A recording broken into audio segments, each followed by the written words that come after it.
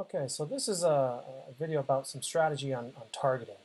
Overall, the goal is to have this results here to be around that 1,000 to 2,000 mark, 1,500 being kind of the sweet spot. And the reason being is, you want to have enough results where our system has time to actually go through all of them, and we don't have to, sit there and redo it every single day. But also not so many where you have 5,000 where it's just too many people, which means you're not being targeted enough, right? So the sweet spot for results is about 1,500, and our goal throughout this whole thing is to kind of get to about that mark on here. So what we want to start with a client, the first things let's talk about geography, right? So let's say, for example, they're like, hey, everything I can do in the United States. Like, okay, great. Relationship-wise, it's always going to be second degree. We don't do third degree connections because with LinkedIn, you can only add like 25 people a month that are your third degree connections. Your first degree connections, obviously, you're not be targeting people you're already, that you're already connected to, unless it's a first degree connection campaign, and that's a different video for another day. But for now, for outreach, it's about second degree connections. For industry, you obviously want to pick the industries that are for them. We'll do one kind of internally. We'll do a strategy about how we would target people.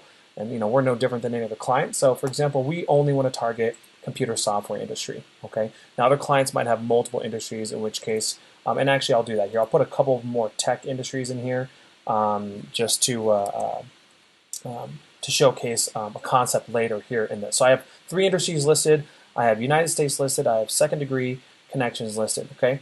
Now, the next thing you're going to start doing is, okay, well, who are we going after specifically as far as who they are? Now, we have 2 options at this point. We can either do a combination of the seniority level and their function. So, for example, if someone said, we only want vice presidents that function as the, let's say, human resources department. Okay, so these are for companies that are trying to go after a certain type of person, not necessarily their job titles very specifically, but they're going after their function of who they are. So you want to be able to combine their seniority level, so you can pick directors, managers, partners, owners, CXOs, as in when you see an X here, that means like CFO, CMO, CEO, CTO, things like that, COO. So if they say, hey, we just want C-level people in the human work, we want C-level people that function on the sales side, the operations side, great, okay. So that's one way to go about it. Now that's a little more rare. I like to be a little more detailed, and if the client isn't sure, I like to try to pull that out of them a little bit so we can really talk about the best way to do it. And the best way to do it is not to do a combination of seniority and function, although that is an option. The best way is to go by job titles, right? You always want to make sure it's the current job titles. So for example, if they say, hey, the best first person for us to talk to is the director of sales, okay? So we'd say, okay, director of sales, and then you'll see, sales director, director of sales. You don't want to go down this list with the client. If you're doing a screen share, you can say, okay, which one of these should I pick? These are all the ones that kind of relate. Director of sales and business development. Director of corporate sales. So you kind of start putting and adding up these job titles. Okay. So they say, all right, director of salespeople, and they say maybe vice presidents also of sales. So you do like this. Say vice president of sales, vice president, senior vice president of sales. So you start adding them together. So you want to ask the client, hey, and if you're the client watching this, for example, we're going to be asking you, hey, who is this very specific best people that we can target, right? For the first people that you'd really want to talk to. And it's not always necessarily the decision maker, right? Everybody wants to go after the decision maker, but a lot of times decision makers, will hand off and delegate the vetting of vendors and services to other people below them. So you really want to make sure that you're talking to the right first person, not necessarily the right last person, right? Because the right first person will pull you up the chain, right? So we got to consider that. We have other things that we can go for in here. We can say how many years at the current position, how many years at the current company, how many years of experience. These are a little more rare of filters, but every now and then, this might be relevant, in which case we can do that here. But we're going to go to another one that's a little more, we'll skip down to one that's a little more common. So company headcount. Obviously, how big is the company? Are we talking about self-employed people, Are we talking about people who have, 1 to 10 employees, 11 to 50, 51 to 200? Can you add all of them? Sure, you can say, oh, we can work with anyone between these ranges, these ranges. Now, again, when we're doing targeting, it's not about who you can work with. You might have a service that anybody could buy, and that's fine. But we want to know who is the best people to talk to first right now. Who is a sweet spot? It's not that we can't, broaden these searches later. We just want to see if we're able, how many people show up in a search result for your absolute best primo market, right? Okay. So again, you have other filters here. You can, if you want to add certain company names, you can do that. Company types, whatnot. But mostly, this is the company headcount is what you're going for in the company filters. Skipping now to other filters, there's not a whole lot here that I typically use, but again, we have these available if they're members of certain groups. Tags are if you've tagged them manually on LinkedIn. This is very rare. If you want to know how long ago they joined LinkedIn, again, pretty rare. Past posted content keywords, again, pretty rare unless your focus industry is really big into content on LinkedIn. Okay. All right, so we've got this first base layer down. Now you see we're higher than the number we want, but we're just going to hit search anyway, okay? So we're going to hit search here and see what pops up, all right? So again, I'm using kind of the idea for us. Now, you'll notice in these search results at the top, you'll see these different headers, okay? There's only two headers I really like to look at, okay? I like to look at the total results, and I like to look at over here, posted on LinkedIn in the past 30 days. Now, these total results are too much, right? But this here is actually a pretty good amount, this 1,000. And let's see if we're going all the way down. Yeah, and they take about 100. Yeah. So because this means they're the most active.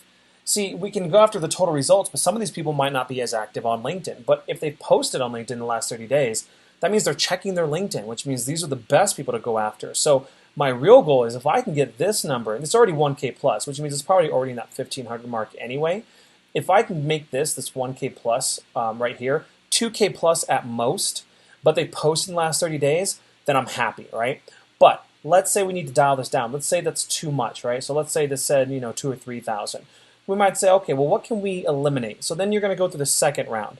Now you say, okay, well, yeah, we could work with these three industries, but really our best industry is just the software one, not biotech and not IT, right? So I'd say our best industry that we really kill it in is computer software. Okay, so now we see that we only have 626 in the past 30 days, okay? But let's see if I want to go after, so I'd say, okay, where can we now increase this number? If I want this number to go back up, for example, where can we increase it? Well, I can increase it by either adding more headcount companies, right? I can add more titles, so I can start adding, again, this is just example stuff, but I could say, okay, well, I want to go after the CEOs, I want to go after owners, right? I want to go after vice presidents, whatever, right? So it's kind of a cat and mouse game back and forth in these filters, playing with this one number here, this posted in the last 30 days. Now, right now I hit it, right? 1.5, nothing better than that. That's primo. Now, here's the good news. 4.5K total results, which means if we run out of this 1.5K, it's not a big deal because we can just redo a new list and go after the remainder of it. Like I said, we can always broaden later, but the goal is to get the absolute best out of it we can right away. So, a few things to recap here. Places that you can really help. There are certain search filters that you never really want to change too much, and there's ones that you can play with to help edit your number higher or lower. Obviously, geography is one where you can just say United States and get to 1.5K. If let's say that said 10,000, well, I might start just adding cities instead of the country. I would get rid of U.S. and I would type in Colorado or Nebraska or New York or Florida or California or whatever, right? So that the results will be less. But if you happen to be going after an industry that is more prominent in those areas, for example, tech is more prominent in Washington, California, New York, Colorado, Texas, Massachusetts, things like that, well, then you can start going by state. So you're getting more dialed in, and it helps you bring the number down. Relationship, you're never really going to mess with this. Second degree is pretty much it, unless we're doing a special campaign to go after your first degree connections already. But again, that's a little more rare.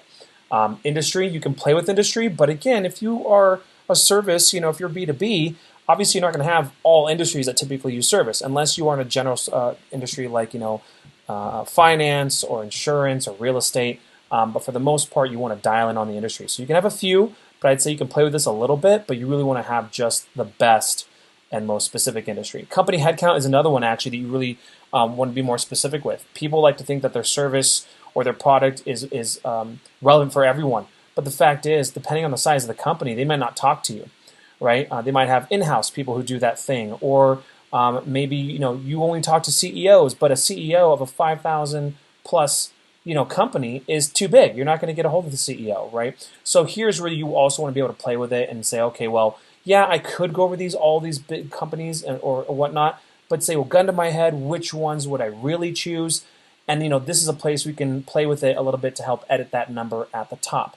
The goal being, again, optimally speaking, 1,500 in the past 30 days. If you have very low results, then you can say 1,500 in total results, right?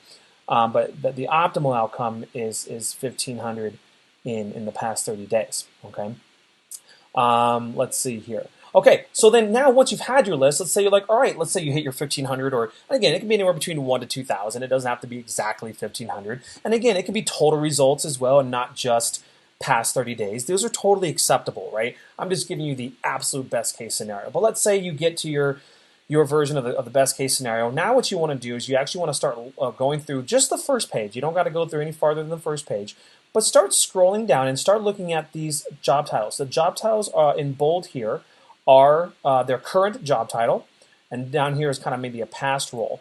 And you can hover over the company name and it gives you a quick brief overview of what it is. So just to make sure you've got the right types of people in here, you just want to kind of scroll through and say, okay, vice president, inside sales, owner, okay, that's good, VP. And what you're looking for here is anything that stands out that you don't want. Here's a good example: advisor to chief executive officer. Now you're not want to be going after the advisor, for example, or let's say this person was the assistant. So for example, you can go in here now and say, oh crap, I didn't realize that assistants or advisors were going to be in here, so let's add it as a negative search term. So what we do is we go advisor, we hit enter, and then we hit, if you hover over, you see this little circle with an X or the slash through it. If you click that, it makes it a negative search term. So it will now eliminate anyone where it says advisor. Another one I found, again, is assistant, right? Now, if you, so you say assistant here, and then you come up and you click that. So now it won't show anyone who has assistant in their job title, right? So you definitely want to keep going through this first page and just see if anything sticks out that you don't like, and then make a negative search term for it over here. You also have the ability to go after keywords. For example, if you say, listen, I only want to deal with companies that are from the SaaS industry, right? So I'm going after keyword now. I want to make sure they have SaaS listed somewhere in their profile, right? So all these people have it listed somewhere in their profile. Not necessarily in their title, but most likely in like the company they work for. If I were to open this person's profile, it might be in there. So things like that. So you can use search keywords to help yourself out as well. But that's kind of the general strategy. Excuse me. That's kind of the general strategy of targeting. So if you are a staff member watching this and you want more clarification, you can ask me or another appropriate staff member. If you are a client watching this and you need some more clarification, just ask us and we can help you. This is just a video to give you a brief overview of kind of where our strategy lies when we're building out the initial targeting list. All right, I hope this was helpful, and let us know if you need anything else.